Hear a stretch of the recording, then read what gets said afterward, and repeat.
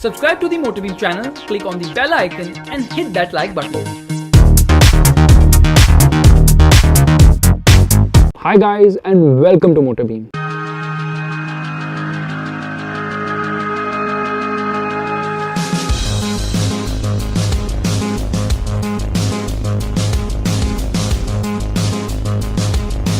In 2008, when Yamaha launched the R15, a miniature version of its flagship sports motorcycle, the R1, everyone thought they were going too far. But the success of miniature bikes based on flagship products like the R15 and of course the FZ is proof that people are ready to buy those iconic machines in smaller packages. Suzuki did the same with the launch of the Gixxer, which is a miniature version of its GSX, and now we think they have taken it too far by launching a mini version of its Intruder M1800R, the Intruder 150.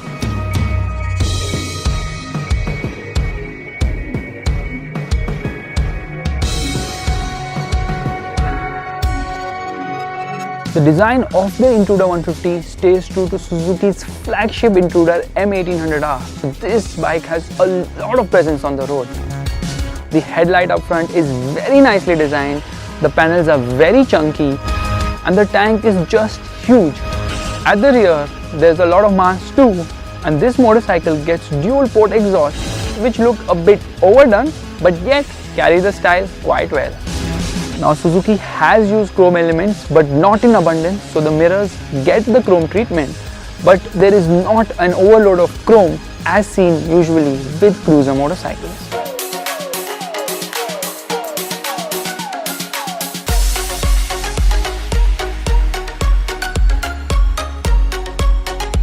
The all-digital instrument cluster of the Intruder is lifted straight from the Gixxer, and it might look out of place on a cruiser motorcycle, but it's completely loaded. It gets a fuel meter, twin trip meters, an odometer, clock, gear position indicator, and also a shift light. While cruisers usually don't get a tachometer, this one gets it.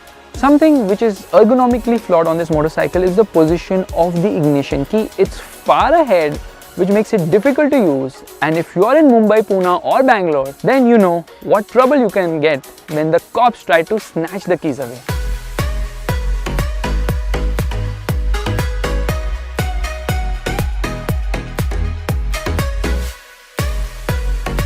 Powering the Intruder is the same engine that also does duty on the Gixxer, and if you think that a 150cc cruiser is quite underpowered for cruising duties, well, you are completely right, because this motorcycle has the same power and torque as a Gixxer. In fact, Suzuki hasn't even bothered to make changes to this motor because it produces the same power and torque as the same RPM as the Gixxer. While many would believe that Suzuki would actually tune this motor for a better low end, it hasn't done any of that sort. In fact, Suzuki says that it has tweaked some part of the gearbox and the gearing for better response.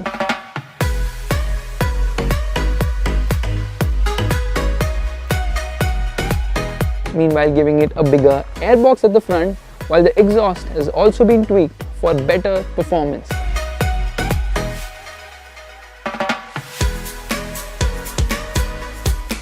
The Gixxer motor, we all know, is a fantastic engine, has very good low end and mid-range punch, and this motorcycle is no different. So in terms of cruiser duty, especially in the city, it's quite responsive, has a good mid-range, and yes, it does lack a top end, but it really doesn't need one. The gearbox issues in the Gixxer, where the gear shifts were very hard, have been resolved in the Intruder. This one has a more smooth shifting gearbox. The Intruder has fantastic NVH. In fact, this motorcycle has absolutely no vibrations, which is certainly a very good thing. The exhaust note is mellower than the Gixxer siblings, and somehow it suits the cruiser character quite well.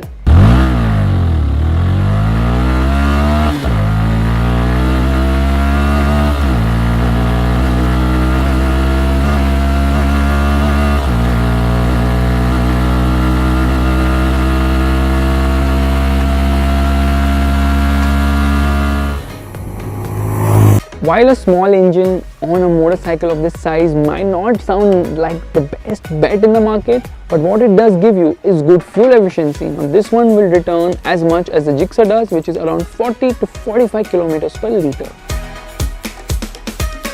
The Intruder weighs 8 kgs more than the Gixxer, but it shares almost every cycle part with it. So the tires, wheels, chassis, shock absorbers, as well as the suspension system come from the Gixxer, so does the handlebar.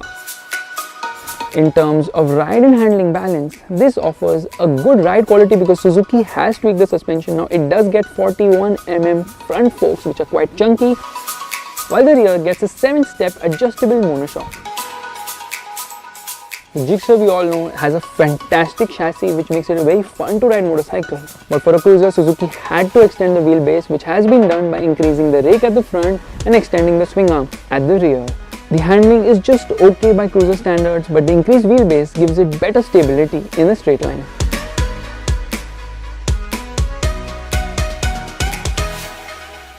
The Intruder gets a rear disc as standard. It also gets the option of a front ABS, which is single channel ABS, or rather what we like to call as the cheap ABS. It does duty quite well.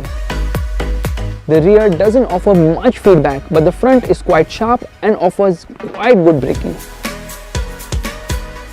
A 150cc cruiser motorcycle was quite an alien concept till Bajaj Auto actually proved everyone wrong with the launch of the Avenger 150, and this motorcycle right here, the Intruder 150, is vying for that space because people now want to buy a stylish motorcycle without caring much about performance. They want something which can do city duties and also double up as a weekend ride. The Intruder manages to do that quite well.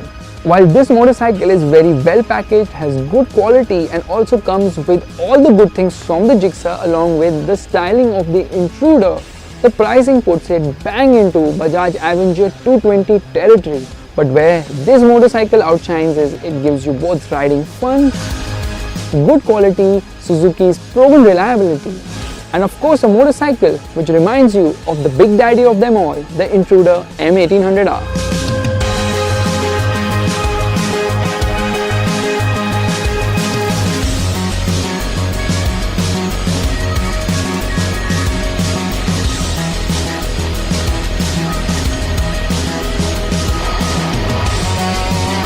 Thank you so much for watching this video. If you enjoyed it, do give it the thumbs up, that's the like button, and to watch more content, you can click here to watch the Avenger 150 review, click here to watch the Gixxer 150 review, and click here to subscribe to the Motorbeam channel.